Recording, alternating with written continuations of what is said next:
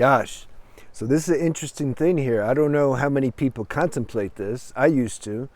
And it's when I was deep into trying to get women to look at me, when I would go outside and that's all I would think about, anytime I go out to dinner, anytime I go to any new environment, period, first thing, automatic habit, where are the girls at? Are they looking at me? Am I interested in them? Are the ones I'm interested in, are they interested back in me? And this would just go down anywhere, anytime, wherever there were females. And if there weren't females, I'd be thinking about the next time I'm going to go somewhere where there's females. And will they like me? Will I meet the one? Will I just get blown away by, a girl that just is everybody wants, but she likes me? This is subtle edging. And this is the stuff that keeps us stuck in this obsession with getting female attention and attraction and energy. Now, there's a certain time for that. Like, we can't help it. We have to taste that stage. Like when we're younger and in our teens, there's no way you're going to tell somebody like, hey man, just get over that. That's impossible. It's instinct. It's like animals. Animals run on instinct. They don't have like an appearance of free will and choice. Notice I say appearance. I don't know how much free will we have, but we can experience the sensation and appearance of having free will. So let's stay with that and go on my spiritual channel to see how I get into that subject more deep. But so with the animals, everything's instinctual. If they like you, it's because they're reading your energy and they feel comfortable. It's instinctual though. They don't have any dialogue like, oh, I think this person's cool. I feel safe. No, it's automatic. The same when we're teens or preteens.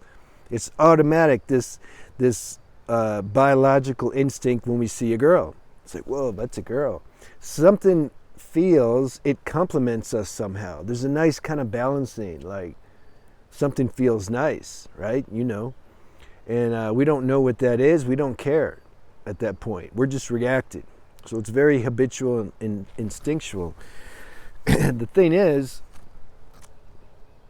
those of us who are a little more addicted to things by nature, we can take that into our adult life, old age life, women and men. And this is what you call the midlife crisis. Because see, we get older, it's kind of subjective, I don't know, late 30s, early 40s, 50 for sure. Something starts changing. We recognize it. We look in the mirror and it's like, whoa, something's less fresh and youthful as before. And also if we go out to dinner or go somewhere, the looks that we get, they're not as many as what we got before. And see, women they have a little different deal, a little more consequential deal than men, generally speaking. Number one, it affects them more. They really feel that, more than a guy. A guy can kind of always get a woman. I mean, you've seen like rich guys in a wheelchair that eat out of a straw, and they can still get a nice girl to take care of them because they got money. See, girls, it's different. They got a different deal, and somehow men, generally speaking, age a little better than women, but not always. I like Marianne Williamson. I met her when I was 23 or something, but I like her. She ages gracefully. But you see, it's not about beauty products and all that stuff to get you to age graceful, or women or men. It's an inner thing.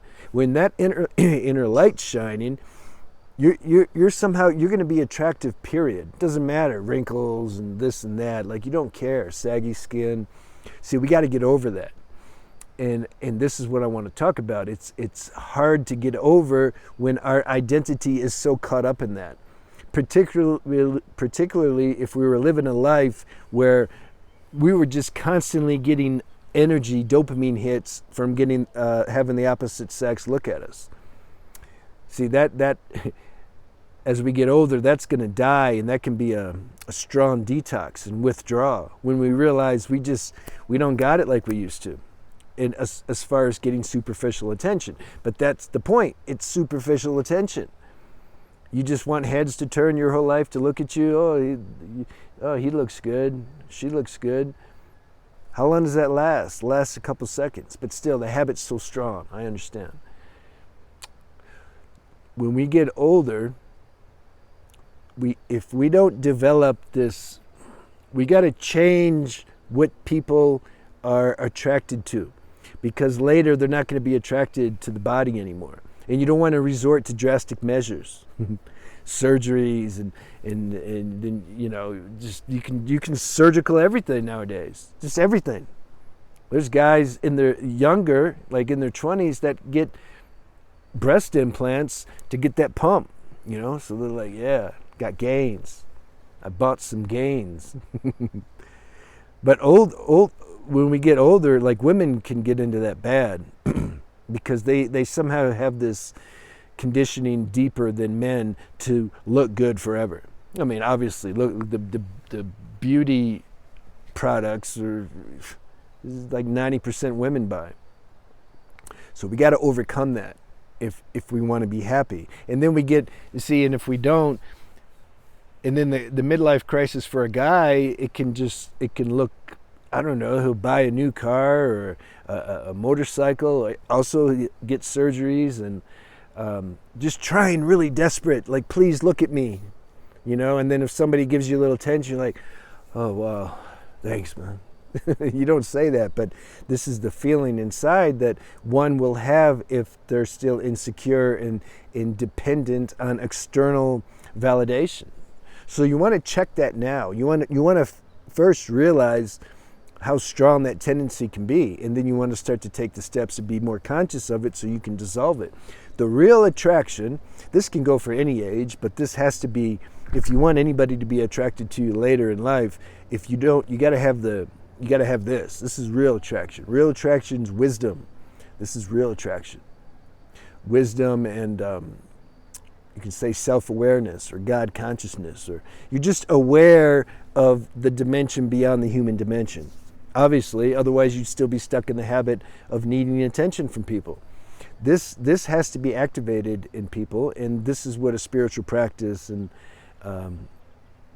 things like that can do. This is the main point in life, actually. If you want to know your real purpose, it's not to find out what it is on an external level. Oh, I should be a doctor or a lawyer, I'm an actor or a musician. That's all cool. That's secondary, though. What's the real purpose? To know who we are beyond this body. That's my spiritual channel stuff, though. I just wanted to touch on it. So when you know who you are, you're gonna magnetize. You're gonna have some magnetism that it's not just girls are going to be drawn to. Everything, nature, animals, flowers, babies especially. Yeah, they pick that up because they're functioning on an instinctual level, like the animals. They haven't yet been dipped too much into conditioning from society and parents and everything, which they will later. You can't avoid it. So they're still in a pure state. So they read that. That's real attraction. Okay? You want to talk about real, that's why I made the video, what are the women attracted to? Bodily or spiritually? What are they attracted to in you? You have to know that. When you're solid in this spiritual attraction, they can't really be attracted to you. The physical attraction is going to be secondary. That's going to dip down because you're emanating a vibration to where you're not interested in that level of attraction. They don't know that. They don't articulate that in their mind, but energetically you're giving that off, and unconsciously they're responding to that. They're like, it's like you're not giving that vibe anymore. Like look at me, I'm attractive physically. You don't, even if you're still attractive physically, you're not giving the vibe off that you're attractive physically. You don't care about that. You're emanating, you're in your true power. You have self-awareness. You're connected, you can say, to the universe. That energy's flowing through you. That has a different vibration of attraction. Not everybody's going to be attracted to that. Actually, you don't want the people who aren't attracted to that anyway. That's how you find out who your real people are, in your real friends. Those who are attracted to that vibration. Those are your people. They'll be with you, maybe not just this life, forever. Those are your real so-called soulmates, female and male, maybe animals too. So think about that, contemplate that. Let me know if you have any questions. Okay.